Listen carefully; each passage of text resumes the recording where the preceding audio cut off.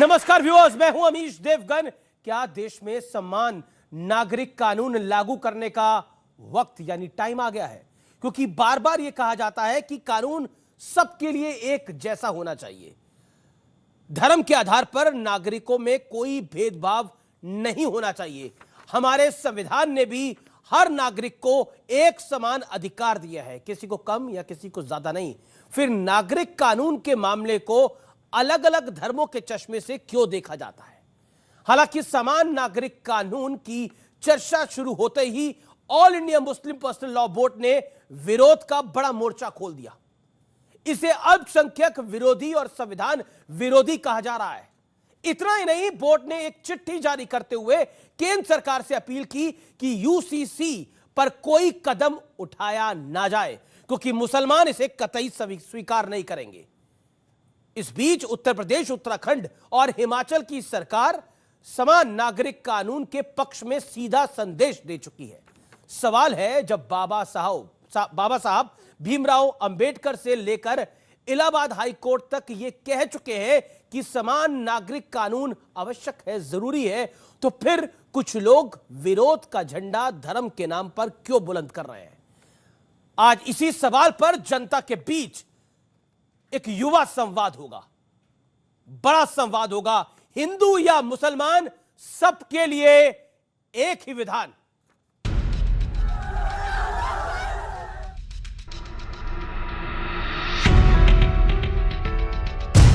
क्या देश में समान नागरिक कानून लागू करने का वक्त आ गया है?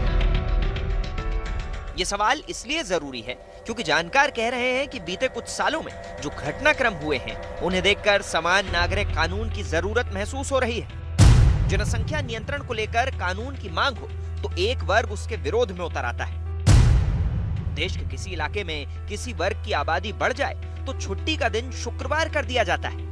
प्रार्थना में हाथ जोड़ने पर बैन लगा दिया जाता है।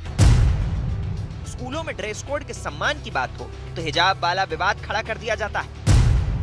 सिर तन से जुदा की धमकियां दी जाती हैं। सिर तन से जुदा कर भी दिया जाता है।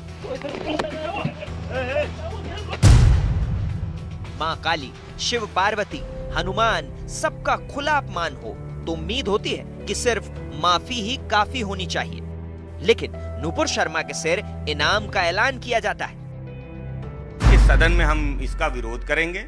बगैर चर्चा के कोई भी बिल पास नहीं होगा। जनता के मुद्दों से भागने के लिए इस तरीके के मुद्दों को भारतीय जनता पार्टी जानबूझ के लेके आई। यूनिफॉर्म सिविल कोड देश के हित में नहीं है, देश के तमाम समुदायों के हित में नहीं है। इसलिए इस तरह का कोई फैसला करना गलत होगा।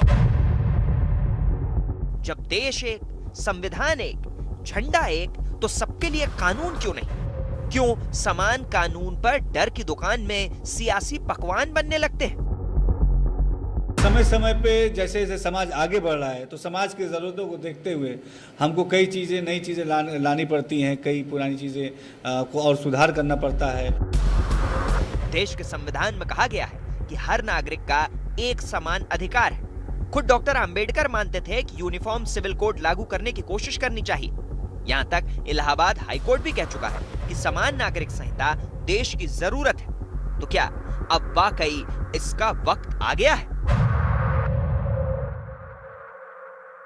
व्यूअर्स, आज की जो ये चर्चा है, आज का जो ये संवाद है, ये बेहद महत्वपूर्ण है। इसीलिए मैं आपसे भी मुखातिब हो रहा हूं और करोड़ों अपने व्यूअर्स के साथ भी मुखातिब हो रहा हूं। यूसीसी यानी यूनिफॉर्म सिविल कोड, ये क्यों जरूरी है? क्या इसको लाने का वक्त अब आ गया है? ये कई महत्वपूर्ण सवाल है। आज इन्हीं सवालों के साथ मैं अपने पैनल के पास जाऊंगा। मेरे साथ आज की चर्चा में जुड़ रहे हैं शहजाद पूनावाला, जो कि प्रवक्ता है, नेता है भारतीय जनता पार्टी के। जोरदार तालियों के साथ उनका अभिनंदन करिए। मेरे साथ शादाब चौहान है, पीस पार्टी के प्रवक्ता है, नेता है, उनका अभिनंदन है। मेरे साथ तस्लीम रहमानी है, एमपीसीआई के जाने माने मुस्लिम स्कॉलर है, आपका भी अभिनंदन है। मेरे साथ सुबुही खान है, जानी मानी सामाजिक कार्यकर्ता है और वकील भी है पेशे से, उनका भी अभिनंदन है। तो आप तमाम लोगों का अभिनंदन है और आपका भी अभिनंदन है इस देश के युवाओं का, तो आपके लिए भी जोरदार तालियां। मैं इस चर्चा को शुरू करने से पहले 4 व्यूज लेना चाहता हूं आप लोगों के, कि आप लोग अपना एक एक करके हाथ खड़ा करें और आपको लगता है कि क्या इस देश के अंदर हिंदू या मुसलमान सबके लिए एक विधान होना चाहिए, हाँ या ना? एक एक करके अपनी बात को रखे। मैडम पहले आप। मुझे लगता है एक ही कानून होना चाहिए, क्योंकि क्या हिंदू, क्या मुस्लिम, क्या मुसलमान, हम इन देश भारत में रहते हैं। भारत एक भारतीय नागरिकता क्या है, भारतीय, तो एक कानून होना चाहिए सब। हिंदू या मुसलमान, कानून जो होना चाहिए वो एक ही होना चाहिए, आपको लगता है? आप क्या कहना चाहते हैं? जी बिल्कुल, मैं भी चाहता हूं कि संविधान सबके लिए एक होना चाहिए, क्योंकि हिंदू, मुसलमान, सिख, ईसाई जो भी हो, सबका एक ही कानून रहेगा तो हमारा देश एक परंपरा, एक जाति प्रथा से उठकर हम सोच सकेंगे और एक साथ हम चल सकेंगे। जी जी जी, आपको क्या लगता है? सर हमारा कहना यह है कि हिंदू, मुस्लिम, सिख, ईसाई आपस में भाईचारा ये बना रहना चाहिए, और जो हमें बीच में तोड़ने की कोशिश कर रहा है सर, तो ये भाईचारा बढ़ाने के लिए तो एक विधान लेके आया जा रहा है। जी जी जी, आप इससे सहमत हैं जी। हम इससे सहमत हैं कि हर किसी के लिए सहमति का है ये, इसका हम सम्मान करते हैं। इसका सम्मान करते हैं, आप भी सहमत है? मैं कह रहा हूँ हिंदू जो मुसलमान, ये हमारे मुसलमान भाई हैं, जी। हम भी कह रहे हैं कल को ऐसा काम ना हो, ये जो पार्टी कर रही है बहुत गलत कर रही है। कौन? ये जो बीजेपी वाले जो कर रहे हैं, ये मैडम हमें बताएंगे, जो बीजेपी हिंदू मुसलमान अलग अलग कर रहे हैं ना, ये बहुत गलत। पर ये तो हिंदू मुसलमान के लिए एक कानून लेके आ रहे हैं, अलग अलग अभी है। 2014 से पहले हम भी हिंदू मुसलमान रहते थे, अब अब कैसे हो रहा है? ये पॉइंट आपका है, मैं आपके पास आ रहा हूं। 2014 से पहले कुछ नहीं होता था। 2014 से पहले 370 भी थी इस देश के अंदर।